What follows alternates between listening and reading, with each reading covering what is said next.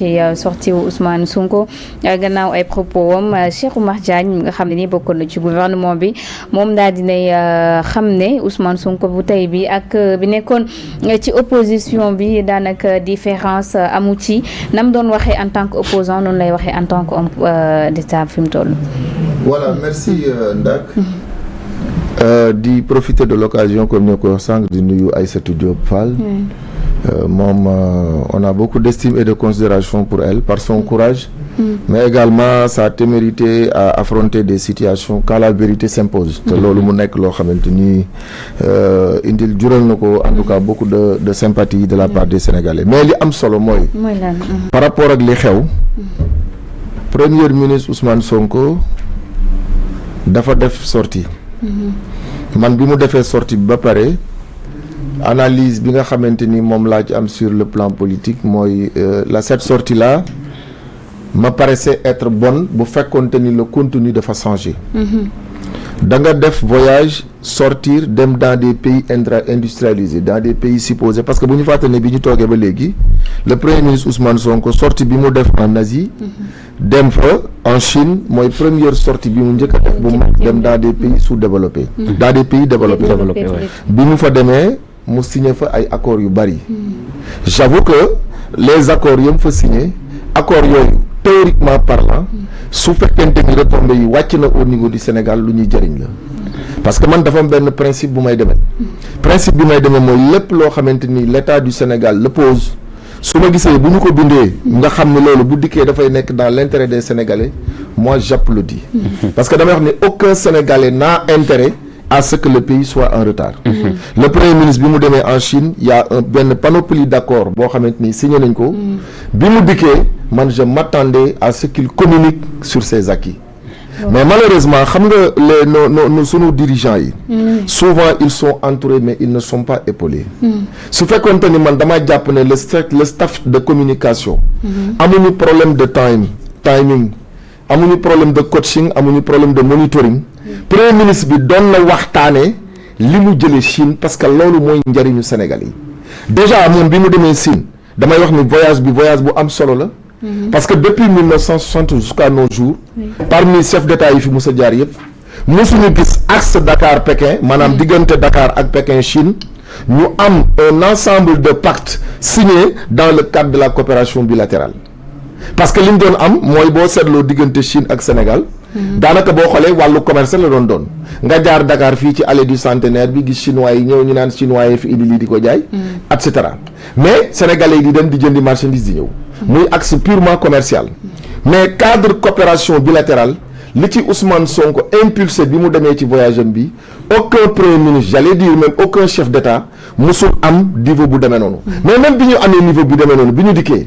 communication bi mu def et une communication qui me semble non seulement c'était une communication qui est inopportune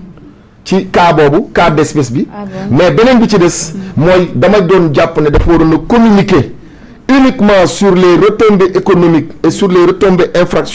ci wàllu infrastructure ci wàllu développement te mu mën a jëriñ Sénégal xam nga borom càq du xeex ak borom ku yorul càq ne sortie bu mu def dafa ko waroon a rek voilà xam nga lu muy di d'ailleurs seetlul benn affaire lorsque le premier ministre Ousmane Sonko def point sortem ba pare kenn waxatul la mu jëlee Chine mais li ñuy waxtaane mooy problème ak justice problème am Cour suprême problème am ak ay Mame Mbaye Niang alors que man je pense que à l'heure actuelle dañu xam nga boo gisee lu tax maanaam Cheikh Oumar Diagne di wax ni dafa jàpp ne Ousmane Sonko dafa nekk dans la peau d'un opposant c'est que en réalité le contenu doit primer sur l'emballage te fi ñu toll nii tembe ci jamono ji ñu tembe Ousmane Sonko soxla waaye dama lay laaj Cour suprême àtte nañ li ñuy àtte ba pare le problème qui se posait c'était d'invoquer l'article L29 du code électoral ou bien l'article 711 du code de procédure pénale pour parler de l'inéligibilité waaye damay laaj inéligibilité xam nga moo ci ëpp solo mooy nga liggéeyal askan wi li tax ñu far la te liggéeyal askan wi li tax ñu far la mooy dama bëgg waa Pastef ñu comprendre benn mbir bu bëree bari l'opposition sénégalaise du seen adversaire d'ailleurs à l'heure actuelle où je te parle dama gisagul sax un opposant sénégalais qui peut poser problème au régime de Pastef vérité pour vérité amagu fi nag sur le terrain dañu waxante dëgg mais xam nga ñan ñoo seen opposant mooy ñoom seen jëmmi bopp ak ñi leen woteloon parce que ñi leen voté loon dafa am lu ñuy xaar ñoom seen jëmmi bopp boo xoolee à l'intérieur même du staff de Ousmane Sonko li ko wër dans la coalition les dissensions internes sont nombreuses gis nga ko yaa Serigne Saliou Gueye xàcce wuti fële yaa tey nga gis Cheikh Omar Diagne wax jëme fële bu subaa nga gis keneen wax jëme fële kon ça tend à poser problème waaye léegi loolu su amee man ma nekk premier ministre du Sénégal et à la décharge de Ousmane Diallo Ousmane Sonko le premier ministre du Sénégal ne définit pas la politique de la nation. C'est le président de la République qui définit la politique de la nation et le premier ministre, sous une coordination de l'équipe gouvernementale, def d'application. Kon su ma neexee ma ne Ousmane Sonko lu mu def lu Bassirou Diomaye Faye définir la ba pare. Kon mënuñoo indi antagonisme naan Bassirou Diomaye Faye lii la bëgg Ousmane Sonko lee la bëgg mënuñu ko wax. waaye en tout état de cause man gis naa ni. problème inéligibilité et d'autant plus que gis nga la question de l'inéligibilité ñu bari ñu ngi ciy wax di poser problème mais la loi d'amnistie efface l'inéligibilité bien sûr la loi d'amnistie bu ñu ko xasee ba voté ça efface les effets de l'inéligibilité kon taxaw sax di wax naan Ousmane Sonko mënul nekk candidat dama ne loolu c'est à prouver mais egguñu fa xam nga fan lañu egg donc mu taxawee di naan kenn mu doon candidat dama ne jaru ko woon sax xam nga la moo tax jaru ko woon man bis bu ma jegee woon le premier ministre Ousmane Sonko danaa ko wax ne ko Ousmane mun naa ma ne ko man damaa gëm ni yàlla dafa far ak yow te man yàlla bu ma faralee ba man yàlla du ma faral may xeex di xuloo xam na la ma faralee Ousmane Sonko bi nga fiy jëlee ñoom Macky Sall ak régime am yoroo xaalis yoroo doole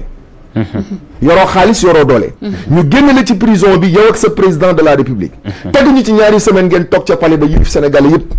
man yàlla du ma defal loolu ma tourné waat encore di xeex déedéet xam nga nu may def damay jubli ci tax sénégalais yi fal ma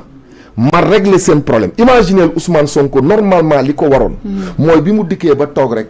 waxam yépp ça devait être axé sur les retombées économiques yi mu jëlee en Chine et les accords aussi importants parce que dama wax ne la ba mu demee li gars yi di wax doon non Ousmane Sonko en Chine du woon taxawaalu ak tambambalu ça je le dis en toute impartialité la fa amoon mënoo signé am na njëriñ accords yi ñu fa signé su dikkoon toog ci micro bi imaginez grandeur bi premier ministre doon am su toogoon ñuy wax ay waxu di ko xaar ci Cour suprême di ko xaar ci Mame Mbaye Niang mu ñëw expliciter li mu jële Chine yépp ak njëriñ li mu amal sénégalais yi pare gars yi di ko laajte lale mu ne laissons la justice faire son travail donc loolu oh là là mais loolu bu amoon laissons la justice faire son travail Cour suprême premier ministre lu mu wax mu ne li Cour suprême wax dégg ngeen ko dégg naa ko pare ba noppi nag nga xam ne la nga wax mooy dëgg kenn mënu la fiy jëlee sudul sunu borom subhanahu wa taala te yàlla dogal na comme dañ leen jox un mandat de 5 ans ngay coordonner l'équipe gouvernementale man je m'attaque à l'essentiel donc moi je pense que la sortie du premier ministre Ousmane Sonko dans le fond dans l'objet ne me paraissait pas être opportune c'est-à-dire nekkul woon loo xamante ni dafa baaxoon ci jamono jooju man du ma tëkki undi sëriñ bu am solo ma tukki def ay fan ci àll bi ma tukki signer un pays boo xamante ni c'est un pays dragon ça fait partie des pays les plus industrialisés du monde ma am des accords yu ñëw ci réew mi mais du ma bàyyi ay waxi caaxaan su fekkente ni mën nañ ko tudde noonu ay waxi caaxaan tax loolu duñ ko mën a appliquer loolu lan nga ciy jàngee li nga ciy jàngee mooy dama la ko wax léegi gis nga le régime Pastef dañu am benn challenge bu am solo. mooy ban. challenge bi mooy gis nga bu ñu waaye dama lay laaj benn affaire. d'ailleurs boo xoolee ce qu'on appelle opposant pour opposant dans ce pays. à part les chroniqueurs. yoo xoolal bu nekkul ku nekk pôle judi bu ñu newul woo nañ nit pôle judiciaire financier. mu génn di wax. mbaa nga dégg ñu ne woo nañ benn chroniqueur wala benn journaliste bu am problème. ban opposant moo graw.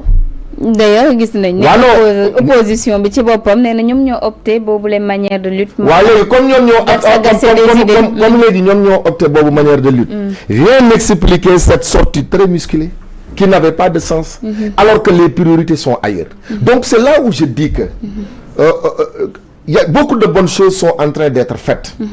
Mais là le cafouillage dans la communication wala cette communication là bi nga xam ni képp ku ko dégg da nga yaakaar ni si et puis un peuple xam nga bi ma déggee le premier ministre en Chine mu recevoir la communauté sénégalaise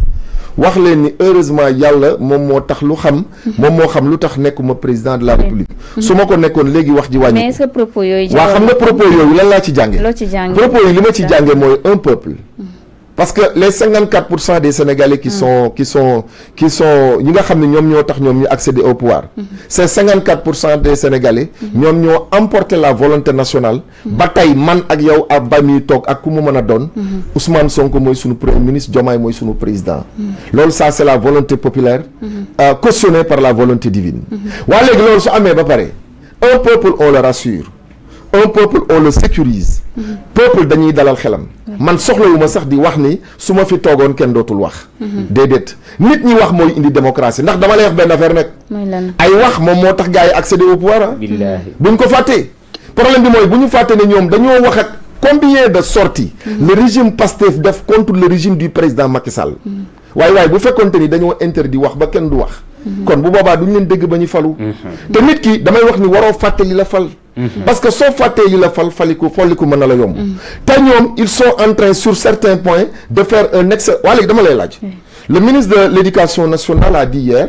avec le ministre des forces armées que 7221 abris provisoires dans le secteur de l'éducation dañu koy dindi ren en collaboration avec l'armée ba abri provisoire du am information boobu lu ko ëpp solo dara mais actuellement gars yi dañuy préférer wax ne woo nañ Pathé Ndiaye pôle judiciaire woo nañ Abdou Fall commissariat central woo nañ Djibi Diop DIC dafa mel ni da ngay booy déglu Sénégalais yi sax da ngay dem ba caag da nga naan koy waxal lim lay laaj mooy sa waay ku ñu woo tey sa waay kan la ñu woo tey mais gis nañu sa waay est-ce que diw wuy ji sur les réseaux waaw léegi loolu xam nga loolu noonu c'est un travail normal dans une république quand des individus sont supposés être prévaricateurs de deniers publics il est tout à fait normal que ces gens-là rendent compte kon la reddition des comptes est une affaire normale dans une république mais loolu benn opposant sañul taxaw ni bu ñu jiiñee nit ne dafa jël xaalisu askan bi waru koo ñëw mais xam nga moo tax du objet de débat am ministère de la justice jël na dossier yi juge yi installé nañ pôle bi ñi ngi war a woo di ko liggéey ak waa DIC waaye loolu bu mu biaiser la communication gouvernementale sur l'essentiel la saison des pluies s'approche il y a le problème de l'hivernage le problème des inondations il y a l'agriculture les intrants le problème des intrants les agriculteurs yi ne dañuy dem grève les intrants agricoles tey yaa ngi dégg dans le secteur de la justice ñu ngi dem en grève ak yeneen secteurs yu bari yoo xamante ni ñu ngi dem en grève mais dafa waroon a poser benn question où est le pacte de stabilité nationale cela veut dire que le pacte de stabilité nationale joxewul les effets escomptés lu tax joxewul les effets escomptés c'est parce que pacte bi kon la ko porté woon mën nañu poser wu tey la wax ni est-ce que ces représentants de centrales syndicales qui étaient présents devant le Premier ministre est-ce qu'ils ont eu la crédibilité ou bien la caution mais on a vu que ay retraités ñoo démonté waaw xam nga